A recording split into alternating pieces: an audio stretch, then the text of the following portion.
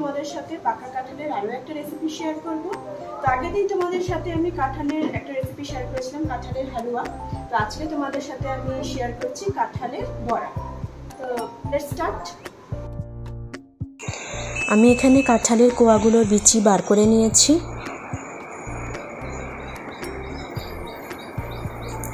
এর সাথে আমার লাগছে ময়দা, চালের গুঁড়ো, চিনি, নারকেল কোড়া, মৌরি আর এলাচ গুঁড়ো। চিনিটা আমি এখানে হাফ বাটি ব্যবহার করেছি, যেহেতু কাঁঠালটা খুব মিষ্টি সেই জন্য চিনিটা ব্যালেন্স করে দিতে হবে। এবার আমি কাঁঠাল আর চিনিটা একসঙ্গে দিয়ে ব্লেন্ড করে নেব মিক্সিতে।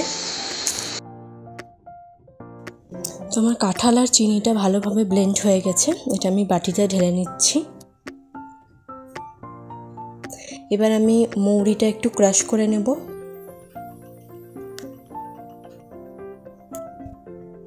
এবারে এই কাঁঠালের গুঁড়াটার মধ্যে অ্যাড করছি ময়দা, চালের গুঁড়ো। ময়দা আমি নিয়েছি 1 বাটি, চালের গুঁড়ো হাফ বাটি, এই রেশিওতে দিতে হবে। ময়দা যদি 1 বাটি দেন তাহলে চালের গুঁড়ো দিতে হবে হাফ বাটি। ভালোভাবে মেখে নিতে হবে, একটা ডোয়ের মতন তৈরি করে নিতে হবে। খুব পাতলা হবে না, খুব গাঢ়ও হবে না, যেরকম তালের বড়ার ডোটা হয় সেরকমভাবে এটাও হবে। এবার এর মধ্যে এলাচ গুঁড়ো, নারকেল আর ক্রাশ করা যে মৌরিটা ছিল সেটা এর মধ্যে দিয়ে দেব।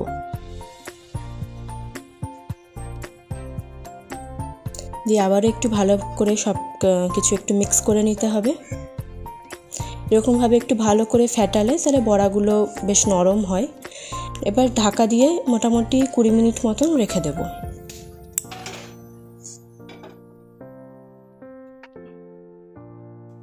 ভাজবার জন্য আমি কড়াইতে সাদা তেল গরম করতে বসিয়েছি। আমি খুব ডিপ ফ্রাই করব না, এরকমভাবে একটু হালকা ফ্রাই করব। আপনারা চাইলে ডিপ ফ্রাইও করতে পারেন।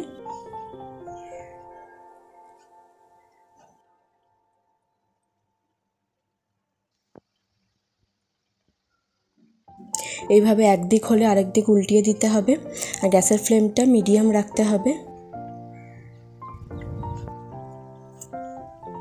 আমাদের বড়া ভাজা হয়ে গেছে, এবার এগুলো তুলে নেব।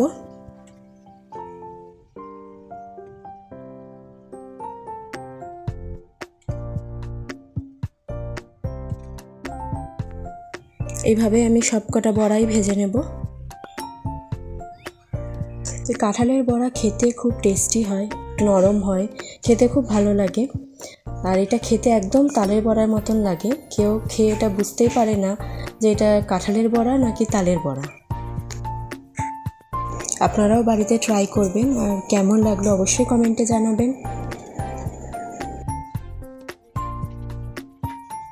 তাহলে আজকের ভিডিওটা এখানেই শেষ করছি।